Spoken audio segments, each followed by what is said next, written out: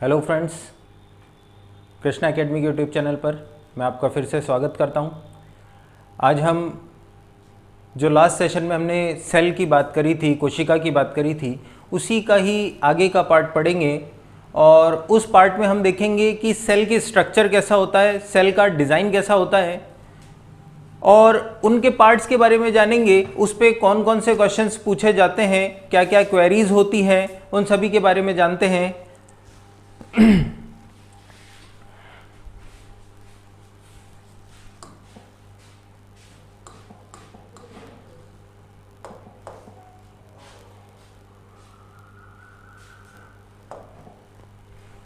तो देखिएगा, कल हमने कोशिका की बात करी थी। कोशिका हमारे शरीर की संरचनात्मक और क्रियात्मक इकाई है। संरचनात्मक क्योंकि संरचना देने का काम करती है, क्रियात्मक क्योंकि शरीर के सभी कार्य कोशिका के स्तर पर होते हैं, यानी कोशिकीय स्तर पर होते हैं। और उसी कारण से कोशिका को मूलभूत इकाई कहा जाता है, यानी हमारे शरीर के निर्माण की सबसे बेसिक इकाई, बेसिक यूनिट, फंडामेंटल यूनिट कहा जाता है। अब देखिए कोशिका का स्ट्रक्चर कैसा होता है। कल हमने कुछ पार्ट्स के बारे में देखा था, कल हमने कुछ पार्ट्स के बारे में जाना था और उन्हीं सब पार्ट्स के बारे में हम आज देखेंगे। तो देखिए, पहले कोशिका के स्ट्रक्चर की बात करते हैं।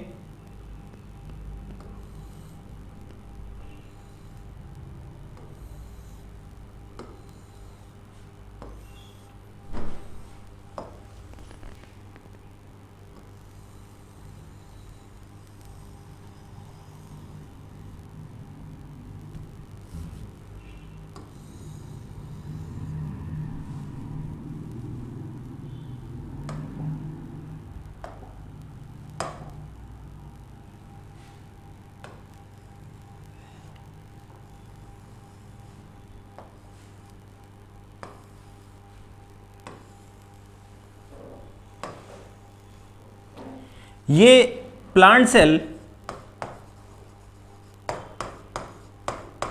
और ये एनिमल सेल।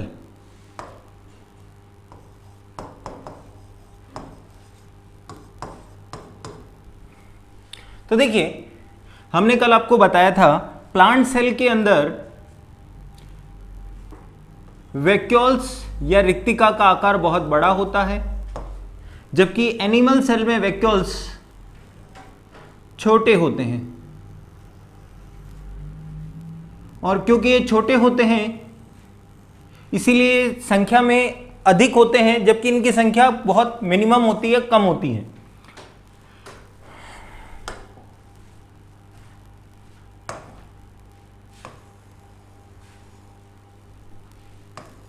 ये केंद्रक के अंदर केंद्रिका, एनिमल सेल में भी केंद्रिका,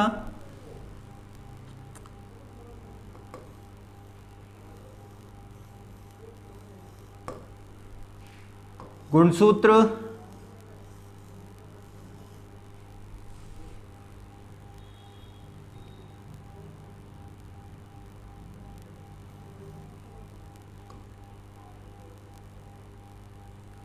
ये ईआर जिसकी बात हमने कल करी थी, ईआर एंडोप्लाज्मिक रेटिकुलम। इस ईआर के हाफ पार्ट पर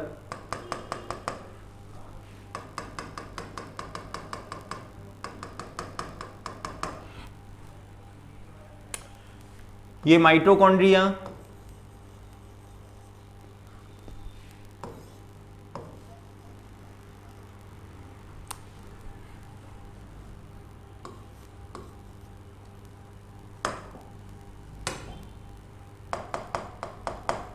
प्लास्टिड,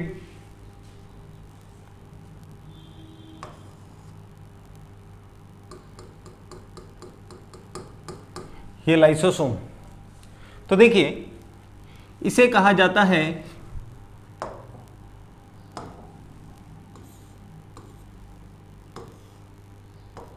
यह है रिक्तिका।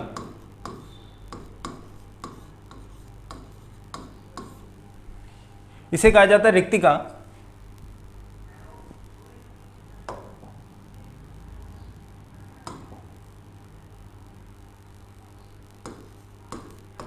केंद्रक,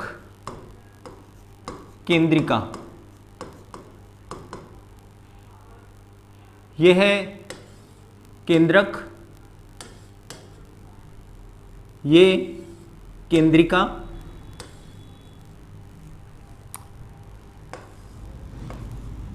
गुणसूत्र,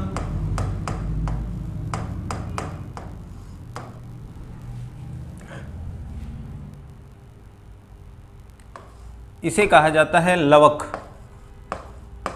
प्लास्टिड, और ये यहां है lysosome.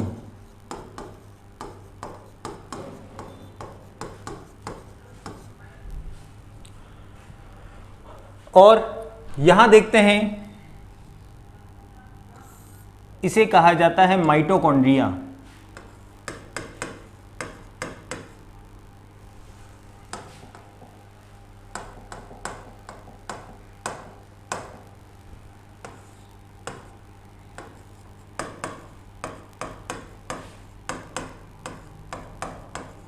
Mitochondria,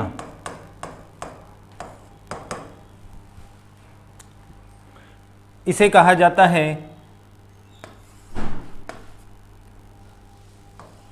ER, endoplasmic reticulum. और यहां होता है गोल्जी कॉम्प्लेक्स या गोल्जी काय या गोल्जी बॉडीज जिसे कह लो।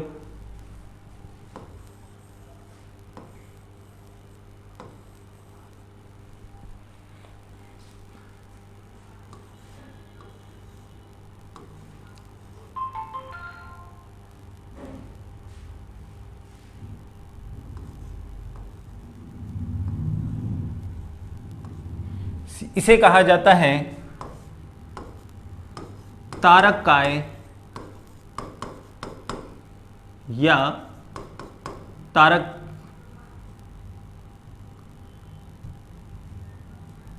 सेंट्रियोल।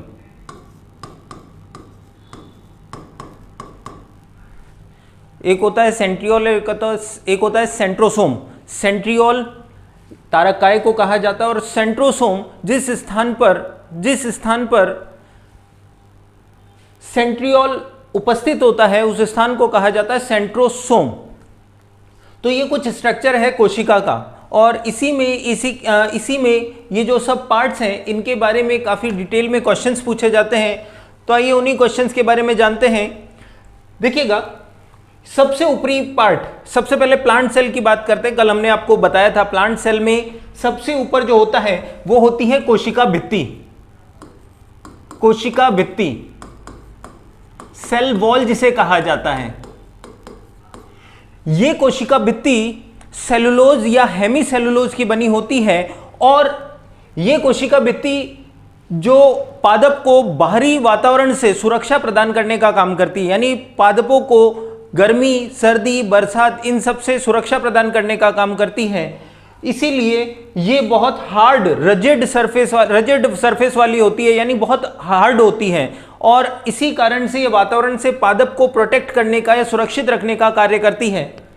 जबकि इसके भीतरी परत की बात करते हैं, इसकी ये भीतरी परत कहलाती है कोशिका झिल्ली।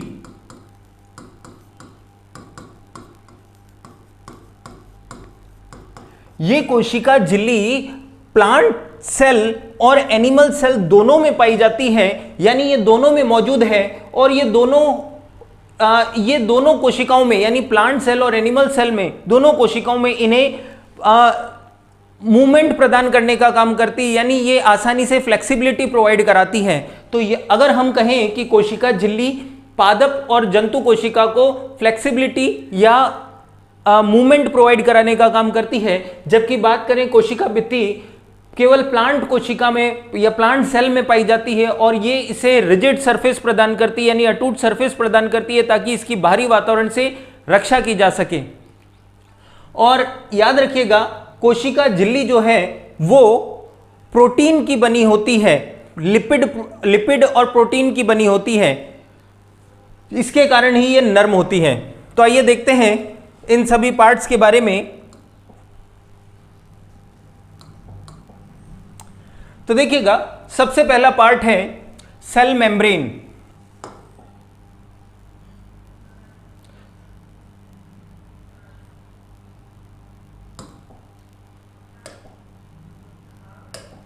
सबसे पहला पार्ट है सेल मेम्ब्रेन। सेल मेम्ब्रेन या प्लाज्मा मेम्ब्रेन भी इसे कहा जाता है, प्लाज्मा झिल्ली भी कहा जाता है, या कोशिका झिल्ली भी कहा जाता है इसे, कोशिका झिल्ली।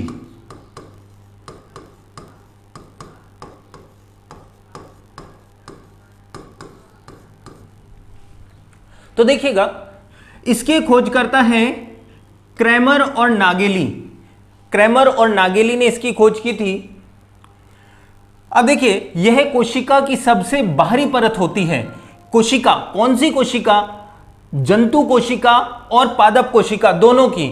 यहां पर बात करते हैं ये कोशिका जंतु कोशिका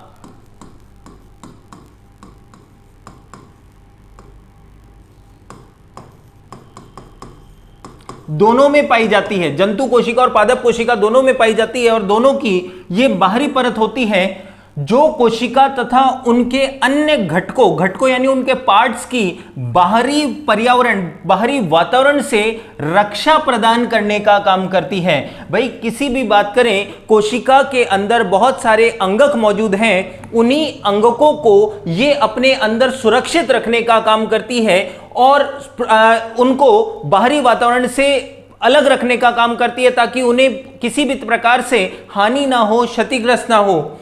और क्योंकि ये रक्षा करने का काम करती हैं, इसीलिए ये मोटी, छिद्रयुक्त और निर्जीव होती है। ये मोटी, छिद्रयुक्त और निर्जीव होती है। उसके बाद देखिएगा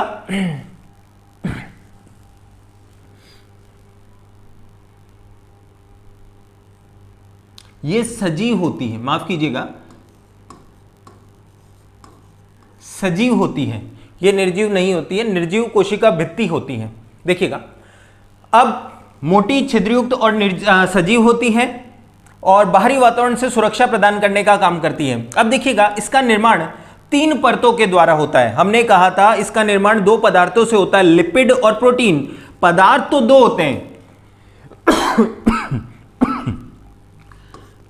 2 पदार्थ होते हैं। एक होता है प्रोटीन और एक होता है लिपिड। एक प्रोटीन है और दूसरा पदार्थ है लिपिड यानी फॉस्फोलिपिड। तो देखिएगा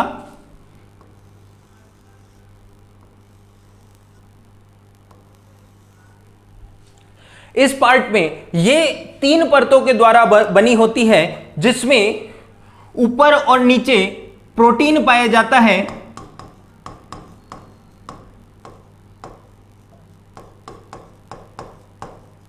जबकि बीच में लिपिड की परत होती है।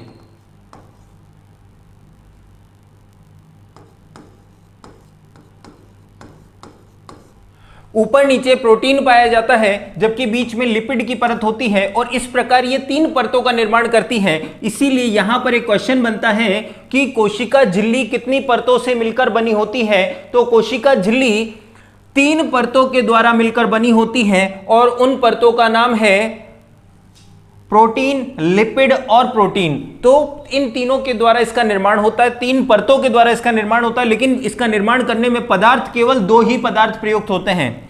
उसके बाद प्रोटीन और लिपिड से बने होने के कारण इस झिल्ली में लचीलापन होता है, यानी ये झिल्ली इसे लचीलापन प्रदान करने का काम करती है।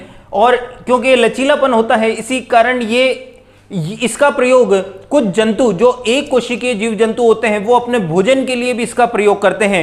जैसे फॉर एग्जांपल अमीबा अपना भोजन इसी झिल्ली के कारण ग्रहण कर पाता है, अन्यथा वो अपना भोजन नहीं ग्रहण कर पाएगा, क्योंकि वो एक कोशिकीय जीव है और एक कोशिकीय जीवों में भोजन ग्रहण करने के लिए कोई अन्य सुविधाएं मौजूद नहीं होती है।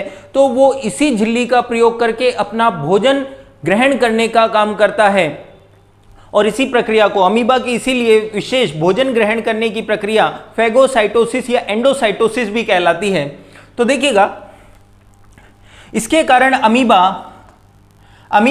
बाहरी वातावरण से अपना भोजन ग्रहण करना, आकार परिवर्तन करने का में सहायक होता है। यानी अमीबा अपनी लाइफ को सरवाइव करने के लिए इसी झिल्ली का प्रयोग करता है, क्योंकि उसके पास कोई अन्य साधन नहीं है जिससे वो इस झिल्ली का प्रयोग इस अपनी जीवन क्रियाकलापों को आसानी से निर्वहन कर सके। अब देखिएगा, अमीबा या अन्य जीवों के द्वारा भोजन ग्रहण करने की यही प्रक्रिया एंडोसाइटोसिस या फेगोसाइटोसिस कहलाती है।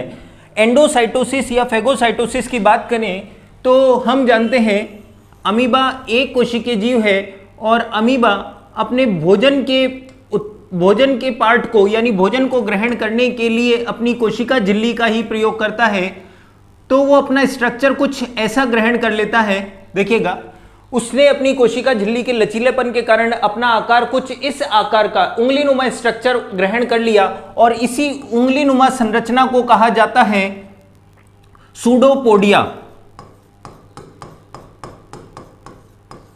सूडोपोडिया, और इसी सूडोपोडिया के द्वारा अमीबा भोजन ग्रहण करने का कार्य करता है, क्योंकि ये भोजन को धीरे धीरे, देखिएगा, ये भोजन को धीरे धीरे इस उंगलीनुमा संरचना के द्वारा कवर करने का काम करता है और ये इसे ढक लेता है और कुछ इस प्रकार का शेप ग्रहण कर लेता है।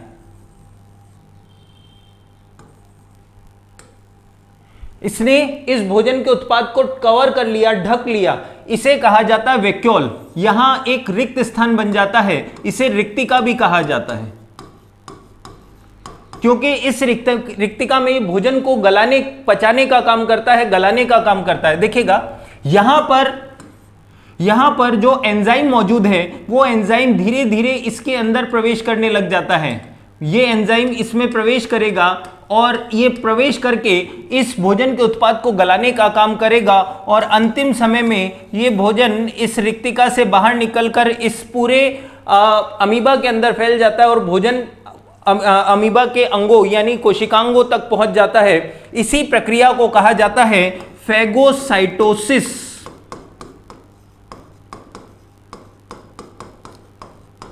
या इसी का ही अन्य नाम है एंडोसाइटोसिस।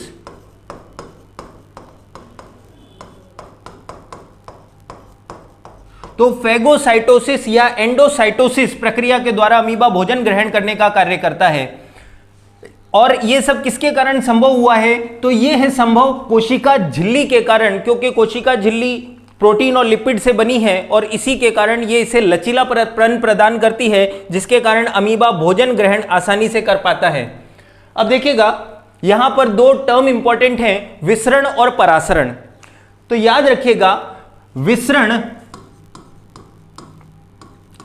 हमेशा वायु के आदान प्रदान की प्रक्रिया कहलाती है, वायु के आदान प्रदान की प्रक्रिया कहलाती है, जबकि परासरण द्रवों के आदान प्रदान की प्रक्रिया कहलाती है। विसरण और परासरण दो प्रक्रियाएं हैं और कई बार एग्जाम्स पे क्वेश्चन पूछा जाता है विसरण किससे संबंधित है और परासरण किससे संबंधित है। तो देखिए, विसरण वायु के आदान प्रदान से, एक्सचेंज से संबंधित है, जबकि परासरण द्रवों के आदान प्रदान से संबंधित है। अमीबा जब वायु का एक्सचेंज करता है, यानी वायु ऑक्सीजन अपने शरीर के भीतर लेता है, अमीबा गंदे कीचड़ वाले युक्त पानी में रहता है और वहीं से वो ऑक्सीजन अपने शरीर के भीतर ग्रहण करने का काम करता है। अब क्योंकि वो एक कोशिकीय जीव है तो उसमें किसी विशेष प्रकार का अंग मौजूद नहीं होगा और इसीलिए वो ऑक्सीजन ग्रहण करने के लिए भी अपनी कोशिका झिल्ली का ही प्रयोग करेगा, क्योंकि कोशिका झिल्ली हमने बताया छोटे छोटे छिद्रों से बनी है और उन्हीं छिद्रों के द्वारा वो वायु ग्रहण कर लेता है और ऑक्सीजन ग्रहण कर लेता है और ऑक्सीजन ग्रहण करके अपने शरीर से CO2 निष्कासित या बाहर रिलीज करने का काम करता है। तो ऑक्सीजन का अंदर आना और CO2 का बाहर निकलना, अगर हमें बात करें तो इसे रेस्पिरेशन या श्वसन कहा जाता है, परंतु अमीबा जैसे जीवों में बात करें तो इस प्रक्रिया को कहा जाता है विसरण। यह प्रक्रिया कहलाती है विसरण और अमीबा में श्वसन की प्रक्रिया विसरण के द्वारा ही संभव होती है, सक्षम होती है। ये उसी प्रकार की प्रक्रिया है जिस प्रकार यदि किसी गुब्बारे को हवा से भर दिया जाए और उसे कुछ दिनों तक रखे रहने दें तो उसके पश्चात उसमें से धीरे धीरे हवा निकलती चली जाती है और उसका आकार घट जाता है। इसी प्रक्रिया को विसरण कह सकते हैं। तो विसरण क्या है? Exchange of gases is called diffusion, विसरण कहलाती है। जबकि दूसरी प्रक्रिया है परासरण। परासरण को ऑस्मोसिस भी कहा जाता है। और जब अमीबा द्रवों का अपने उपयोग के लिए जल का ग्रहण करता है या भोजन का ग्रहण करता है, वो सॉलिड भोजन ग्रहण नहीं करता है, जिसके कारण भोजन को द्रवित बनाने का कार्य किया जाता है और भोजन ग्रहण करके वो द्रवों के रूप में उसे ग्रहण करेगा, उसी प्रक्रिया को ऑस्मोसिस किया जाएगा, ऑस्मोसिस कहा जाएगा। तो इसीलिए विसरण और परासरण की क्रिया इसी झिल्ली के द्वारा पूर्ण होती है। और क्योंकि विसरण और परासरण की प्रक्रिया इस झिल्ली के द्वारा संभव होती है, इसीलिए इस झिल्ली का एक अन्य नाम और है वर्णात्मक पारगम्य झिल्ली, यानी इसे कहा जाता है सेलेक्टिव परमिएबल मेम्ब्रेन। इस झिल्ली को सेलेक्टिव परमिएबल मेम्ब्रेन भी कहा जाता है, क्योंकि इसे वर्णात्मक या सेलेक्टिव परमिएबल मेम्ब्रेन इसलिए कहा गया क्योंकि ये सेलेक्टेड पदार्थों को ही अपने अंदर आने देती है और सेलेक्टेड पदार्थों को ही अपने शरीर से या अपनी कोशिका से बाहर जाने देती है। इसीलिए ये कहलाती है सेलेक्टेड परमिएबल मेम्ब्रेन या वर्णात्मक पारगम्य झिल्ली। तो याद रखिएगा, विसरण और परासरण की प्रक्रिया किस झिल्ली के द्वारा संभव होती है, तो वो कोशिका झिल्ली है। और क्योंकि ऐसा संभव इस झिल्ली के द्वारा होता है, इसलिए इसका अन्य नाम है सेलेक्टिव परमिएबल मेम्ब्रेन, वर्णात्मक पारगम्य झिल्ली। तो ऐसा क्यों हुआ? कुछ चुने हुए पदार्थों को कोशिका के अंदर या बाहर जाने की क्रिया इसी झिल्ली के द्वारा संभव होती है, जबकि अनावश्यक पदार्थों को न तो कोशिका अपने अंदर जाने देती है और न ही बाहर जाने देती है। अनावश्यक पदार्थ जो शरीर में उपयोगी नहीं है, उनको बाहर निकाल देती है, अंदर नहीं आने देती है। इसीलिए और अनावश्यक पदार्थों को अंदर आने से भी रोकती है, इसीलिए इसे वर्णात्मक पारगम्य झिल्ली कहा जाता है। और डिफ्यूजन वह प्रक्रिया जिसमें ऑक्सीजन और CO2 कार्बन डाइऑक्साइड अथवा गैसीय अणुओं का आदान प्रदान होता है या आर पार परिवहन होता है, उसे विसरण कहा जाता है। जबकि परासरण वह प्रक्रिया जिसमें जल के अणुओं का परिवहन झिल्ली के द्वारा किया जाता है, वह कहलाती है परासरण प्रक्रिया। यानी हम बात करें, विसरण और परासरण दो प्रक्रियाएं हैं जिससे गैसों का और द्रवों का आदान प्रदान होता है, और ये सब इसी झिल्ली के द्वारा संभव होता है। इसीलिए इस झिल्ली को वर्णात्मक पारगम्य झिल्ली या सेलेक्टिव परमिएबल मेम्ब्रेन कहा जाता है। इसका स्क्रीनशॉट ले लीजिए।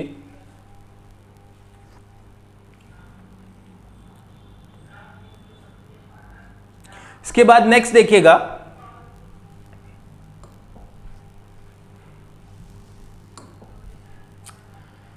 इसके बाद सेकंड पार्ट आता है हमारा कोशिका भित्ति। कोशिका भित्ति या सेल वॉल जिसे कहें, हमने बताया सेल वॉल अटूट होती है, अटूट हार्ड होती है, और क्योंकि हार्ड होती है इसीलिए सेलुलोज की बनी होती है।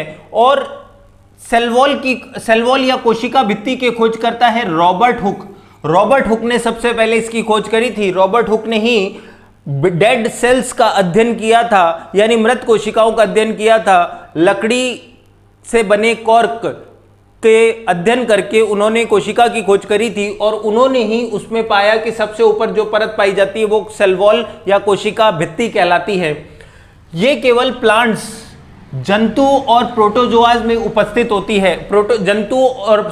प्लांट्स में पाई जाती है, जंतु और प्रोटोजोआ में ये अनुपस्थित होती है। ये मोटी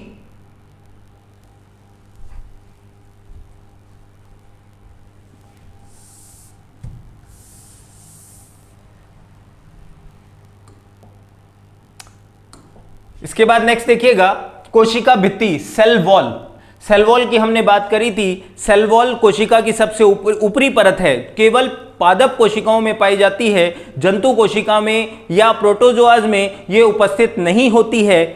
ये पादप को बाहरी वातावरण से सुरक्षा प्रदान करने का काम करती है, यानी बाहर सर्दी गर्मी बरसात से बचाने के लिए जो झिल्ली काम करती है, जो ऊपरी वॉल काम करती है, उसे कहा जाता है सेल वॉल। और सेल वॉल की खोज करी थी सबसे पहले रॉबर्ट हुक ने ही सेल का अध्ययन किया था, मृत कोशिकाओं का अध्ययन किया था और उन्होंने ही कोशिका भित्ति की खोज करी थी। तो इसके खोजकर्ता रॉबर्ट हुक, और ये केवल प्लांट में पाई जाती है, जंतु और प्रोटोजोआज में अनुपस्थित होती है। ये मोटी छिद्रयुक्त तथा निर्जीव होती है, ये मोटी छिद्रयुक्त और निर्जीव होती है, जबकि कोशिका भित्ति की हमने बात करी थी वो सजीव झिल्ली होती है। Made up of cellulose and hemicellulose, ये सेलुलोज और हेमीसेलुलोज की बनी होती है। सेलुलोज वो पार्ट है जो जीव जंतु जब भोजन करते हैं, प्लांट्स को या पादपों को ग्रहण करते हैं तो उन्हें लंबे समय तक पादप को चबाना पड़ता है, क्योंकि सेलुलोज एक कार्बोहाइड्रेट का प्रकार है और ये एक विशेष कार्बोहाइड्रेट है जिसका पाचन जीव जंतुओं में या मनुष्यों में, जीव जंतुओं में तो आसानी से हो सकता है परंतु मनुष्य में आसानी से नहीं किया जा सकता है। तो सेलुलोज एक कार्बोहाइड्रेट है, तो इसका निर्माण सेलुलोज और हेमीसेलुलोज के द्वारा होता है, जो प्लांट्स को संरचनात्मक दृढ़ता प्रदान करने का काम करती है, यानी उसे स्ट्रक्चर प्रोवाइड कराने का काम करती है। प्लांट्स बाहरी पर्यावरण के कांटेक्ट में होने के बावजूद भी आसानी से टूटते, कटते, फटते नहीं हैं। तो उसका कारण है क्योंकि उसके ऊपर कोशिका भित्ति की परत पाई जाती है, सेल वॉल मौजूद होती है, और ये साथ ही साथ कोशिका में दाब को अधिक होने पर कोशिका को फटने से बचाने का कार्य करती है, यानी कोशिका आसानी से डेड नहीं होती या कोशिका अपने अस्तित्व को बनाए रखती है, अपने आकार को बनाए रखती है। उसका कारण है कोशिका भित्ति का होना। अब इसमें एक फैक्ट याद रखिएगा, लेमिला क्या होता है, दो कोशिकाओं को जो छोटे सूक्ष्म स्तर में बनी होती हैं, उन दो कोशिकाओं को आपस में जोड़ने का कार्य जो पदार्थ करता है वो पदार्थ कहलाता है लेमिला। यानी दो कोशिकाएं, दो सेल को आपस में जोड़ने का कार्य करती है। और याद रखिएगा ये लेमिला की परत कैल्शियम और मैग्नीशियम की बनी होती है। ये एग्जाम्स के पॉइंट से ये क्वेश्चन है कि लेमिला किससे संबंधित है और लेमिला के अंदर कौन से दो धातु पाए जाते हैं और उन दो धातुओं युक्त पदार्थों को क्या कहा जाता है। तो देखिएगा उन लेमिला युक्त पदार्थ को कहा जाता है पैक्टिन। तो पैक्टिन के अंदर कैल्शियम और मैग्नीशियम दो धातुएं पाई जाती है और इस संपूर्ण पदार्थ को कहा जाता है लेमिला, जिसके कारण दो सेल आसानी से चिपक सकते हैं, आसानी से अपने अस्तित्व में बने रह सकते हैं, एक निश्चित स्थान पर रह सकते हैं, उसी को कहा जाता है लेमिला। इसके बाद नेक्स्ट बात करते हैं प्रोटोप्लाज्म, साइटोप्लाज्म और न्यूक्लियोप्लाज्म दो पदार्थों का मिक्सचर होता है। हमने पढ़ा था ये कोशिका है, ऊपरी कोशिका भित्ति है या कोशिका झिल्ली है, दोनों पाई जाती है प्लांट्स में, और कोशिका झिल्ली पाई जाती है जंतुओं में और पादपों में, लेकिन पादप में ये भीतरी होती है। अब देखिएगा इसके अंदर पाया जाता है साइटोप्लाज्म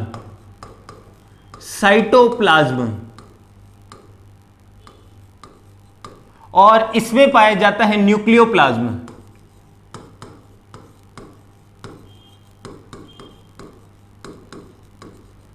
ये केंद्रक हैं, केंद्रक के अंदर मौजूद है न्यूक्लियोप्लाज्म, जबकि केंद्रक और बाहरी झिल्ली के बीच में मौजूद है साइटोप्लाज्म। तो साइटोप्लाज्म और न्यूक्लियोप्लाज्म दोनों को संयुक्त रूप से कहा जाता है जीव द्रव्य या प्रोटोप्लाज्म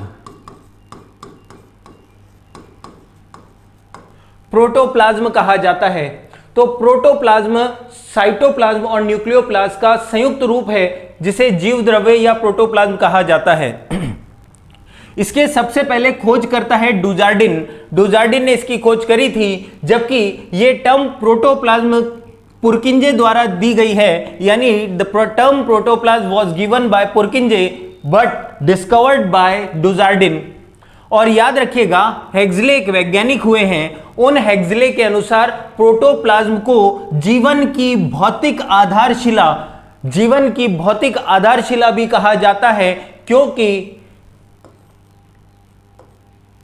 क्योंकि जितने भी संपूर्ण कार्य हैं वो प्रोटोप्लाज्म के अंदर मौजूद अंगकों में ही संभव होते हैं। यानी माइटोकॉन्ड्रिया ऊर्जा देने का काम करता है, अन्य अंगक किसी विशेष प्रकार का कार्य करते हैं, लेकिन ये सब संभव हुआ है कोशिका के अंदर मौजूद द्रव्य से। इसीलिए जीवन की भौतिक आधारशिला प्रोटोप्लाज्म को ही कहा जाता है। और इसी के साथ साथ कोशिका को अपने संपूर्ण आकार में बनाए रखने का काम, उसके भीतर भरा हुआ द्रव करने का काम करता है। वो द्रव उसकी वॉल्स पे एक निश्चित दाब लगाने का काम करता है, जिसके कारण कोशिका अपना आकार निर्धारित रख पाती है। इसीलिए कोशिका में भरे प्रोटोप्लाज्म को जीवन की आधारशिला कहा गया है।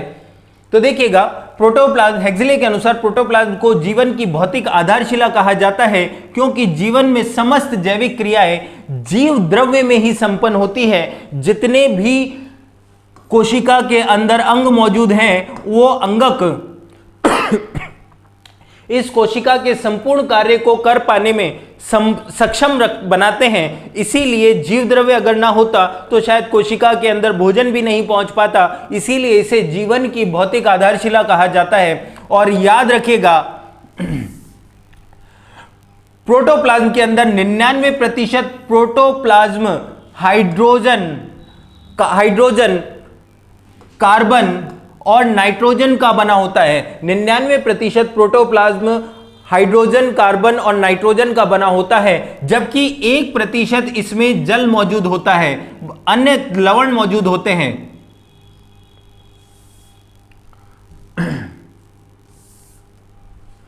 इसके बाद देखिएगा नेक्स्ट, साइटोप्लाज्म। साइटोप्लाज्म हमने आपको बताया प्रोटोप्लाज्म, साइटोप्लाज्म और न्यूक्लियोप्लाज्म का ही मिक्सचर है। तो साइटोप्लाज्म कोशिका के बीच में भरा हुआ द्रव है, यानी इस स्थान पर भरा हुआ द्रव कहलाता है साइटोप्लाज्म। ये द्रव साइटोप्लाज्म कहलाता है। और ये एक जेली लाइक फ्लूइड होता है, यानी द्रवित गाढ़ा, एक गाढ़े प्रकार का द्रव होता है। वह द्रव जैसा पदार्थ जो सेल मेम्ब्रेन तथा न्यूक्लियस दोनों के मध्य भरा होता है, साइटोप्लाज्म कहलाता है। और सेल ऑर्गेनेल्स इसी के अंदर भीतर मौजूद होते हैं, यानी इसी के भीतर पाए जाते हैं, जिसे कहा जाता है साइटोप्लाज्म। इसके बाद देखिएगा, साइटोप्लाज्म के अंदर बहुत सारे अंगक मौजूद होते हैं। उन्हीं अंगों की हम बात करते हैं। इसमें सबसे फर्स्ट ऑर्गन है माइटोकॉन्ड्रिया। माइटोकॉन्ड्रिया वो पार्ट है, वो अंगक है जो हमारी कोशिका के लिए, यानी हमारे शरीर के लिए ऊर्जा का निर्माण करने का काम करता है। यानी शरीर में ऊर्जा कोशिका के थ्रू मिलती है, और वही ऊर्जा का निर्माण जो पार्ट करता है, जो अंगक करता है, वो माइटोकॉन्ड्रिया होती है। जितनी ज्यादा ऊर्जा की आवश्यकता होगी उतने माइटोकॉन्ड्रिया एक्टिवेट होंगे और ऊर्जा का निर्माण करने का काम करेंगे। तो माइटोकॉन्ड्रिया क्योंकि ऊर्जा का निर्माण करता है, इसीलिए इसे ऊर्जा ग्रह, कोशिका का ऊर्जा ग्रह या कोशिका का पावर हाउस भी कहा जाता है। और साथ ही साथ माइटोकॉन्ड्रिया जिस रूप में ऊर्जा का निर्माण करता है, वो ऊर्जा एटीपी के रूप में होती है, जिसे एडिनोसिन ट्राइफॉस्फेट भी कहा जाता है। तो एटीपी के रूप में ऊर्जा का निर्माण करता है। और याद रखिएगा, इसी एटीपी को कोशिका की ऊर्जा मुद्रा या एनर्जी करेंसी भी कहा जाता है। एनर्जी करेंसी इसलिए क्योंकि जिस स्थान पर ऊर्जा की आवश्यकता होती है, नेसेसिटी ऑफ ऊर्जा एनर्जी होती है, वहां पर ये एटीपी देने का काम करता है और उस स्थान पर ऊर्जा रिसीव हो जाती है। तो क्योंकि ऊर्जा का आदान प्रदान एटीपी के रूप में होता है, जिस प्रकार हमारे में किसी पदार्थ का आदान प्रदान करेंसी को देकर होता है, उसी प्रकार कोशिकाओं में ऊर्जा का आदान प्रदान एटीपी के रूप में होता है। इसीलिए इसे कोशिका की ऊर्जा मुद्रा या एनर्जी करेंसी भी कहा जाता है। अब ध्यान रखिएगा, इसके खोजकर्ता तो माइटोकॉन्ड्रिया के कभी कहीं बहुत सी किताबों में थोड़ी सी कंफ्यूजन्स होती हैं, तो उसी कंफ्यूजन्स के लिए हम बता दें कि माइटोकॉन्ड्रिया की सबसे पहले खोज करने का श्रेय दिया जाता है कॉलिकर को। माइटोकॉन्ड्रिया की खोज कॉलिकर द्वारा की गई थी और यह सन 1857 में की गई थी। जबकि माइटोकॉन्ड्रिया का एक अन्य नाम दिया था, वो नाम दिया था बायोप्लास्ट, और उस नाम को देने वाले वैज्ञानिक का नाम था ऑल्टमैन। यानी कॉलिकर ने माइटोकॉन्ड्रिया की खोज की, जबकि ऑल्टमैन ने माइटोकॉन्ड्रिया का नाम बायोप्लास्ट दिया था और बाद में यही नाम माइटोकॉन्ड्रिया कार्ल बेंडा के द्वारा 1998 में दिया गया। तो खोजकर्ता थे कॉलिकर, जबकि बायोप्लास्ट नाम ऑल्टमैन ने दिया था और माइटोकॉन्ड्रिया नाम देने वाले थे कार्ल बेंडा और सन 1898 में। अब याद रखिएगा, माइटोकॉन्ड्रिया को कोशिका का पावर हाउस या कोशिका का ऊर्जा घर भी कहा जाता है। वो इसीलिए क्योंकि जीवन के लिए आवश्यक विभिन्न रासायनिक अभिक्रियाओं को करने के लिए माइटोकॉन्ड्रिया एटीपी के रूप में ऊर्जा का निर्माण करता है। क्योंकि हमने बताया माइटोकॉन्ड्रिया एनर्जी का निर्माण करने का काम करता है, माइटोकॉन्ड्रिया ऊर्जा की मैन्युफैक्चरिंग एटीपी के रूप में करता है, इसीलिए माइटोकॉन्ड्रिया को कोशिका का पावर हाउस भी कहा जाता है। एनर्जी क्योंकि देने का काम करता है, इसीलिए पावर हाउस या ऊर्जा गृह कहलाता है या एनर्जी हाउस कहलाता है। अब देखिएगा, एटीपी का पूरा नाम है एडिनोसिन ट्राइफॉस्फेट। एडिनोसिन ट्राइफॉस्फेट क्योंकि ये एनर्जी के रूप में आदान प्रदान ली और दी जाती है, इसीलिए इसे एनर्जी बंडल या एनर्जी करेंसी के रूप में भी जाना जाता है, यानी ऊर्जा मुद्रा भी कहा जाता है। तो कई बार एग्जाम्स में क्वेश्चन पूछा जाता है कोशिका की ऊर्जा मुद्रा क्या होती है, तो एटीपी कोशिका की ऊर्जा मुद्रा है, यानी एनर्जी बंडल है, जबकि पावर हाउस माइटोकॉन्ड्रिया है।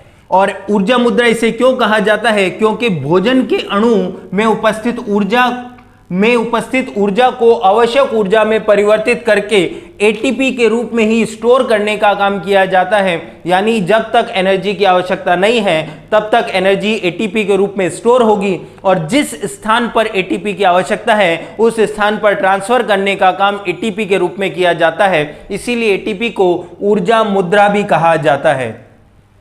अब यहां पर एक विशेष पॉइंट देखिएगा, स्तनधारियों की आरबीसी रेड ब्लड सेल, स्तनधारियों की आरबीसी में माइटोकॉन्ड्रिया उपस्थित नहीं होता है, उनकी आरबीसी में माइटोकॉन्ड्रिया नहीं पाया जाता है। स्तनधारी जितने भी स्तनधारी जो होते हैं उनमें माइटोकॉन्ड्रिया अनुपस्थित होता है, आरबीसी में माइटोकॉन्ड्रिया अनुपस्थित होता है। लेकिन ऊंट और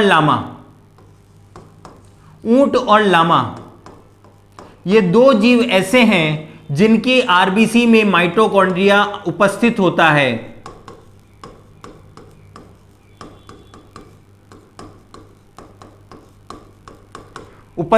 है। यानी ऊंट और लामा की आरबीसी में माइटोकॉन्ड्रिया उपस्थित है, जबकि अन्य स्तनधारी यानी मैमल्स जिन्हें कहा जाता है स्तनधारी, देखिएगा स्तनधारी वो जीव होते हैं जो एग अंडे देने की बजाय सीधे ही बच्चों को जन्म देते हैं, उन जीवों को स्तनधारी कहा जाता है।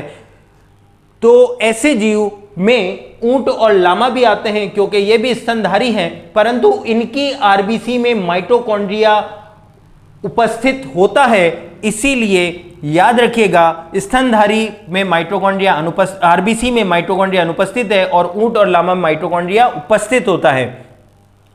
अब यहां पर देखिएगा, ये माइटोकॉन्ड्रिया की संरचना दर्शाई गई है। यहां पर आपको कुछ फोल्डेड स्ट्रक्चर दिखाई दे रहे हैं। ये फोल्डेड स्ट्रक्चर इनको कहा जाता है क्रिस्टी। इन फोल्डेड स्ट्रक्चर को क्रिस्टी कहा जाता है और इस क्रिस्टी के अंदर भरा पदार्थ मैट्रिक्स कहलाता है। तो क्रिस्टी के अंदर मैट्रिक्स पदार्थ भरा है। तो एग्जाम्स के पॉइंट ऑफ व्यू में क्वेश्चंस पूछा जाता है कि माइटोकॉन्ड्रिया में सभी ऊर्जा के लिए अभिक्रियाएं किस स्थान पर पूर्ण होती हैं, तो क्रिस्टी के अंदर मैट्रिक्स में पूर्ण होती है। मैट्रिक्स माइटोकॉन्ड्रिया में भरा एक द्रवित पदार्थ है, वहीं पर ये सारी अभिक्रियाएं संपन्न होती हैं, इसे ही क्रिस्टी कहा जाता है। तो माइटोकॉन्ड्रिया में फिंगर लाइक स्ट्रक्चर यानी अंगुली नुमा संरचना क्रिस्टी कहलाती है और जीवन उपयोगी सभी अभिक्रियाएं क्रिस्टी में ही पूर्ण होती है। ओके, इसके बाद नेक्स्ट पार्ट की हम बात करेंगे हमारे नेक्स्ट सेशन में। उस सेशन में हम जानेंगे कि माइटोकॉन्ड्रिया के बाद और कौन कौन से पार्ट हैं जो कोशिका के अंदर मौजूद साइटोप्लाज्म में पाए जाते हैं और वो कौन कौन से कार्य करते हैं, और उनसे संबंधित एग्जाम्स के क्वेश्चंस के बारे में हम जानेंगे। तो इसी के ही आगे कुछ पॉइंट्स हैं, परंतु यहां पर अगर किसी भी प्रकार का कोई डाउट हो तो आप कमेंट में जरूर लिख के दीजिए, ताकि हम आपके सुझाव और डाउट्स को पूर्ण कर सकें। उसके लिए आपके सॉल्यूशंस पे विशेष कार्य करके हम कोशिश करेंगे कि एक नेक्स्ट सेशन तैयार करें जिसमें आपके डाउट्स को पूर्णतः सुलझाया जा सके, उनके आंसर्स बताए जा सके, और आपको किसी विशेष प्रकार की अगर समस्या हो तो भी आप हमें अपने कमेंट्स में सुझाव दे सकते हैं। तो इसके अलावा इसके नेक्स्ट सेशन में हम बात करेंगे इसके अन्य पार्ट्स की। तब तक के लिए थैंक यू।